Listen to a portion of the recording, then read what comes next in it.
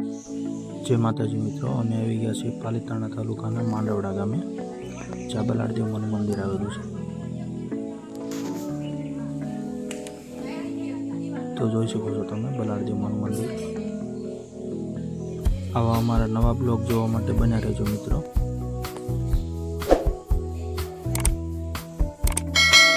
चलो मित्रों, नवा होय तो लाइक शेर सब्सक्राइब करी देजो। आ खोडियार मानुं मंदिर छे।